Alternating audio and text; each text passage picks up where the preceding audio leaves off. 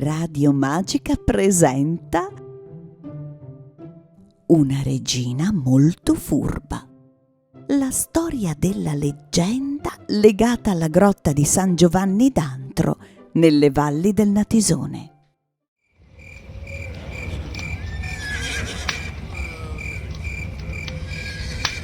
Scrivi, ordinò Attila sistemandosi l'armatura. Lo scrivano, che conosceva bene la poca pazienza del suo re, con la mano tremante di paura intinse la penna d'oca nell'inchiostro. Attila si lisciò i baffi. Era un sovrano fiero e potente. Ma ciò che lo rendeva unico era la ferocia. Il suo nome seminava il terrore. Solo una cosa non era mai riuscito a fare: scrivere una lettera. Semplicemente perché Attila non sapeva scrivere.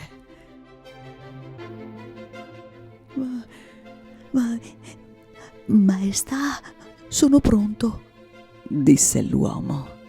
Cosa volete che scriva? Attila ci pensò un attimo. Le voci sulla bellezza della regina Vida avevano superato i confini del regno ed erano giunte alle sue orecchie. Occhi color smeraldo, capelli color del fuoco. Attila gongolava al solo pensiero di averla. Ma cosa scriverle? Le parole proprio non gli venivano. scrivi che le ordino di sposarmi. Ma sire, non ci si rivolge ad una nobildonna in questo modo, balbettò lo scrivano. Ci vuole più gentilezza, pur se sempre una regina. Chi ti ha dato il permesso di contraddirmi? Allora, scrivi che sto arrivando e che le conviene sposarmi perché le valli del Natisone e il suo castello molto presto saranno roba mia. Lo scrivano, senza più fiatare, obbedì. Qualche settimana più tardi, la lettera di Attila giunse nelle mani della regina. La sovrana lesse con attenzione, poi si sedette sul trono e sospirò. Quel selvaggio vuole conquistare il mio regno, le mie terre, e per giunta vuole anche sposarmi.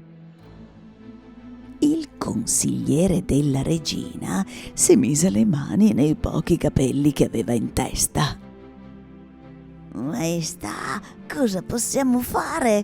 Quello non è un re qualunque, è Attila, il re degli Unni.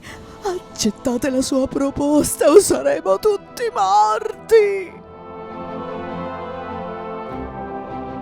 La regina Vida si prese una notte di tempo per pensarci e l'indomani comunicò al consigliere la sua decisione. Ci nasconderemo nella grotta di San Giovanni d'Antro.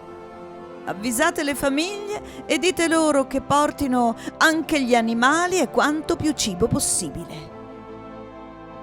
Così tutti si rifugiarono nella grotta. Lì dentro potevano bere l'acqua del torrente, macinare il grano e perfino cuocere il pane come fossero a casa. La grotta era talmente grande che poteva accogliere tutti gli abitanti delle valli del Natisone.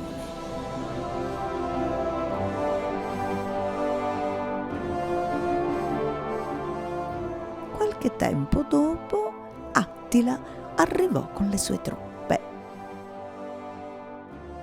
Dove sono finiti tutti? Chiese infuriato. Andò alla ricerca di qualcuno da catturare, ma non trovò nessuno. entrò poi nel castello della regina, ma anche quello era deserto. Vida, dove ti sei cacciata? Il tuo sposo è arrivato! Nessuno rispondeva. Mio signore, disse un soldato, abbiamo scoperto dove sono. La regina, il suo popolo, sono tutti nascosti in una grotta in mezzo alle montagne.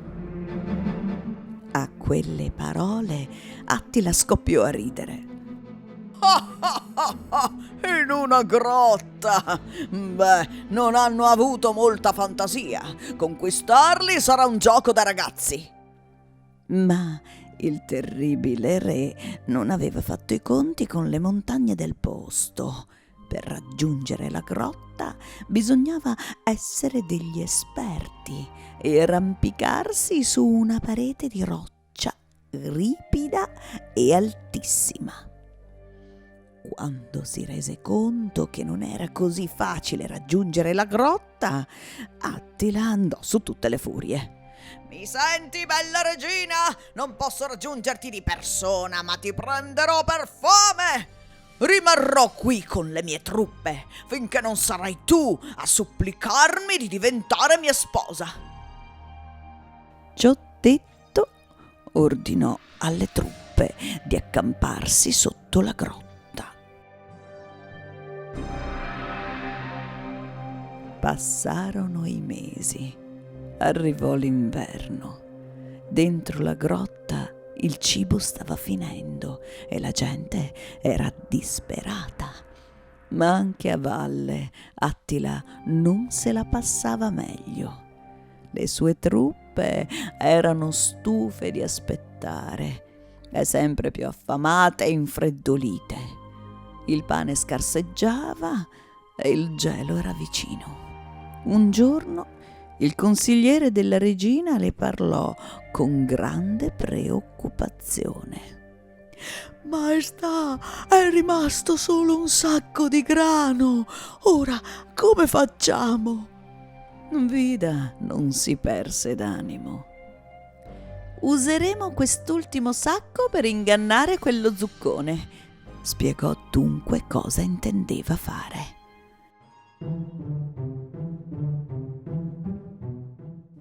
Gettare l'ultimo sacco di grano giù dalla rupe, ma maestà, è un rischio troppo grosso. E dopo cosa mangeremo?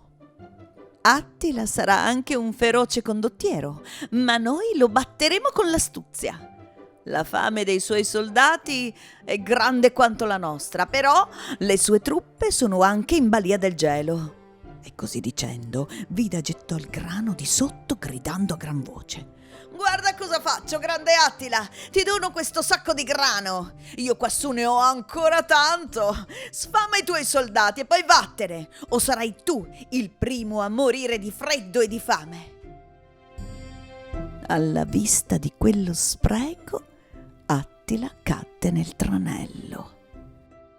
Se gettano via del buon grano, significa che potranno mangiare per tutto l'inverno. Accidenti a te, bella regina! Me ne vado! Questa volta hai vinto! Fu così che il grande re degli Unni pose fine all'assedio e abbandonò sia le valli del Natisone che l'intento di sposare Vida. Perché quella regina era sì molto bella, ma per i suoi gusti era anche troppo furba.